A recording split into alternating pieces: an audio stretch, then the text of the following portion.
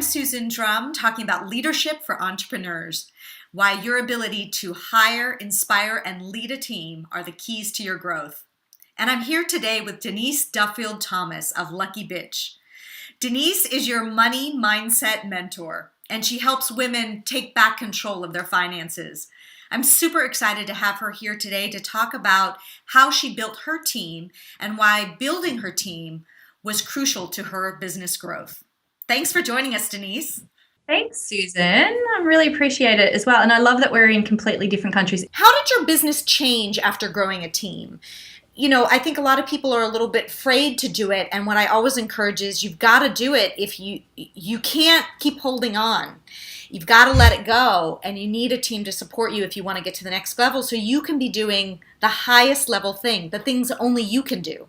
Oh, I'm so glad you said that because I had a baby last year, so she just turned one. And in lead up to her birth, I was organising and batching a lot of things, but I would not give up my newsletter.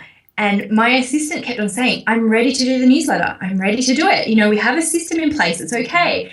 And I was just like, oh, maybe next week, maybe next week.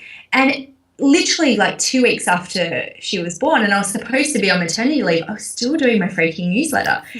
And here's the thing though, when I finally gave it up to her, it so wasn't a big deal because it's very systematized now.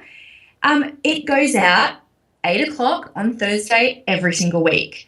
When I did it, sometimes it went out on Friday, sometimes it went out on Saturday. Not quite as good as you thought it was, right? Of course not. I was terrible at doing my newsletter and it took me hours and hours and hours, whereas Amber is very efficient. She makes it happen. So I think the biggest benefit I got from building a team was one, systems, because you realize when you're paying someone, you know, you can't just let them screw around and figure it out and take hours and hours to do simple tasks. So you have to really note it down to the very simple processes so there's no room for error, and then you can feel good about handing stuff over. So systems has been really good. And of course then that benefits your business forever, those systems, not just the one time they do a task for you. It's if you hire someone else, you have that system in place. The other thing is, I'm glad you said the things that only you can do, because what I realized was when I was doing everything, I was just terrible. As I said, I was terrible at doing the newsletter. I was terrible at doing my own video editing. And just some of those tasks, just the result was really crap.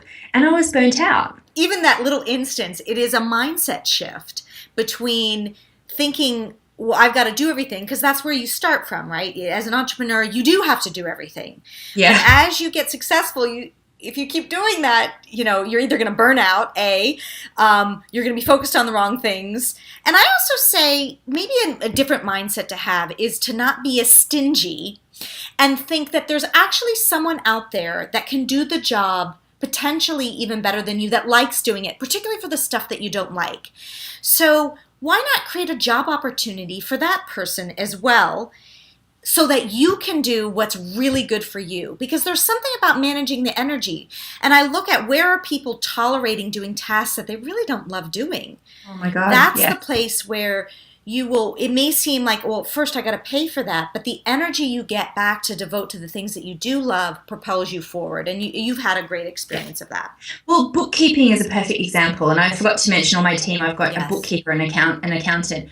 When I first started, and I hear this from women, I felt like I had to do it because I was like, it was almost like I made my bed, I have to lie in it. You know, I've created this mess of receipts, I should deal with it. And so I hired a bookkeeper, but I said to her, let's start working together next financial year. I'll sort out this financial year because it's a mess. And I didn't do it. Of course I didn't do it. And it was getting closer and closer to where I was going to have to pay fines for not doing my taxes. And finally I just said to her, I said, I'm really sorry. Do you mind if I just post you a whole bunch of receipts? I feel so bad. And she's like, no, that's great. And I said, oh my God, I would open that box and just want to vomit. And she goes, but that's what I do. She goes, I love getting a whole bunch of messy receipts and then making it all nice and clean and getting it all organized. She's like, that's what I love. And I'm like, I'm so glad that you do that and not me. I'm so glad that's your zone of genius and you love doing it. To do this. Absolutely. And you're exactly right. There's someone who loves doing that job that you hate. And I think it's really important for us as female entrepreneurs to hire other entrepreneurs, whether they be female or not, but I love hiring women because that is a ripple effect of abundance out in our communities for our children, and that pays for real things in people's lives, but it frees up your time so you can make and create even more abundance. Well, fantastic. I really appreciate the time that you spent and really sharing your experience of what it's like to be an entrepreneur and all the different pieces of the puzzle that come together that make you excellent at what you're doing. Thank you. I appreciate it. And, I love hearing from new people in the community. So I'm over at luckybitch.com, and I just love hearing from people about what mindset shifts that they've made in their own business. So definitely get in touch. I love hearing from people in the community.